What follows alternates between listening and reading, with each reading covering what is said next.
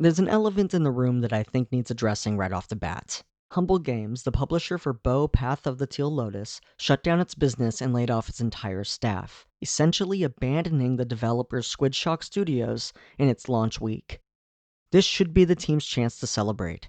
Instead, they're cut down to just 2 people and are scrambling without support. This would be awful no matter what, but I would hate for this game to be lost in the shuffle because holy crud is this good. We've been having a great year for Metroidvanias. Early on, we got the new Prince of Persia, which was a banger. Turbo Kid is super underrated and a direct sequel to one of my favorite movies. And Nine Souls is looking to be a contender for one of the greats. I am loving that one, by the way, but I've been taking my time and I haven't finished it yet. But then, out of nowhere, we got Bow, Path of the Teal Lotus, which, for my money, beats all of those out with its visual design. It's a vibrant game with wonderful biomes. While they aren't inspired, they are beautiful takes on the common trappings of the genre.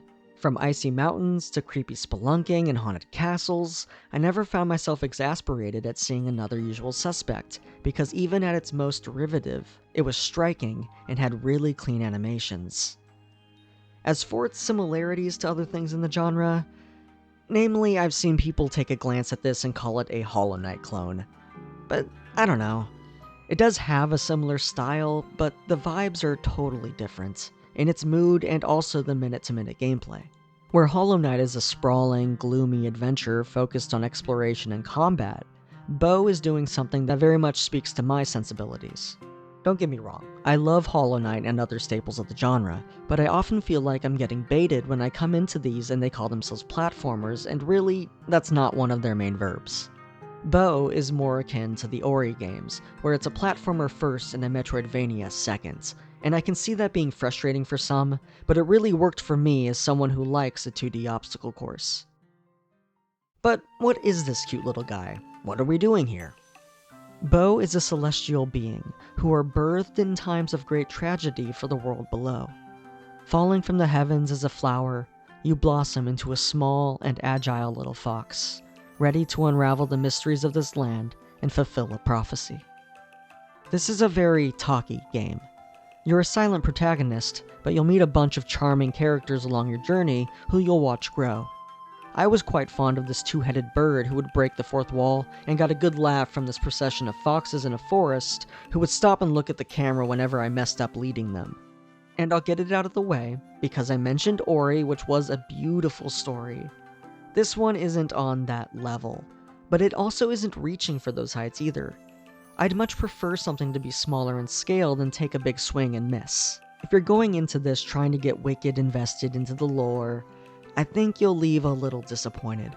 But if you think of the narrative as little respites from the core of the game, I think it's a nice and suitably told arc that never gets in the way. And what would it be getting in the way of? This.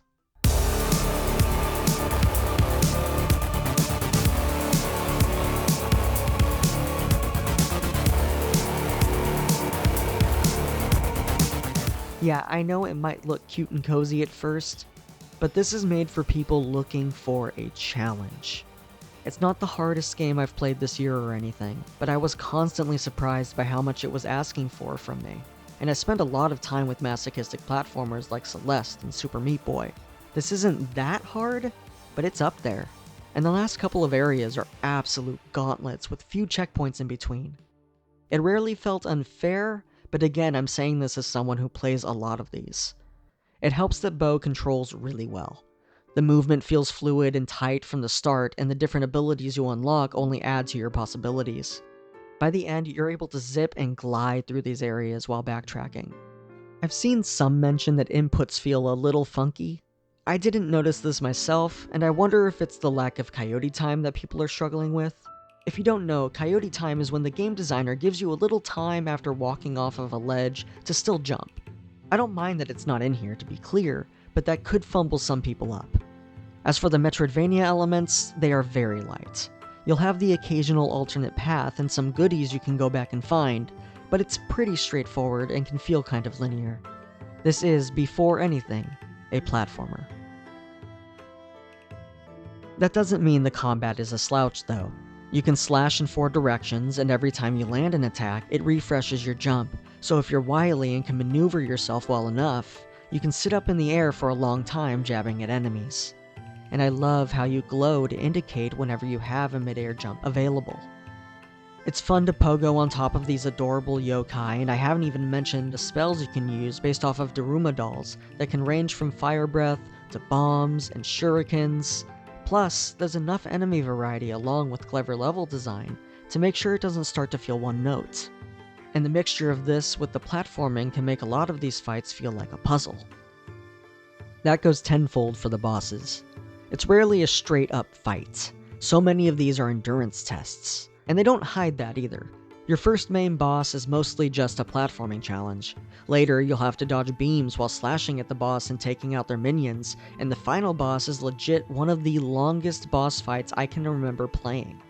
If I had struggled more on the bosses and had to repeat a bunch, I could see this being really frustrating, but it felt pretty perfectly tuned for me to only need to give these a handful of tries. And there aren't a ton of boss fights. Personally, I kind of prefer this. It allowed each one to be a big set piece, and for me, it made sure I wasn't hitting a lot of roadblocks on my way back to the platforming.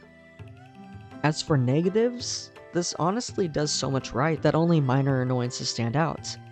I do think the difficulty spike at the end is kind of spiteful, and they mimic the Hollow Knight quest where you need to take a fragile egg from one far off place to another without taking any damage, and having to walk all the way back after getting hit to retrieve the item instead of getting to have a mission restart felt kind of bad.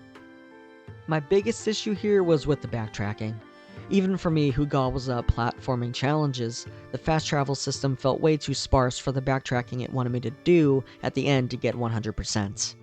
But I rarely do that anyway, to be honest, so it's not much of a problem, but I wish things like the fragile egg and fast travel could be made a little less tedious. However, looking in the settings, I noticed you can turn on invincibility, which might be something worth considering if all you're doing is going through areas you've already finished. But yeah, I'm once again here, banging that drum to say, support indie devs, and come to them in good faith. Any game is a miracle. A good one should be cherished. And this is a good friggin' video game. Comparing this to something like Hollow Knight is unfair, because it might seem slight in comparison, but if you readjust and put this next to other great, modest games in the genre like Mamadora or Ender Lilies, this easily stands near the top, and it'd be a shame to see it get swept under the rug. Well, that's gonna do it for this one. I certainly hope you enjoyed it. If you did, all the normal shenanigans mean the world. Like, comment, subscribe, and share it with cool people. You can also support me by joining my Patreon, or by sending one-time donations over Ko-fi, both of which are linked in the description. See you next time.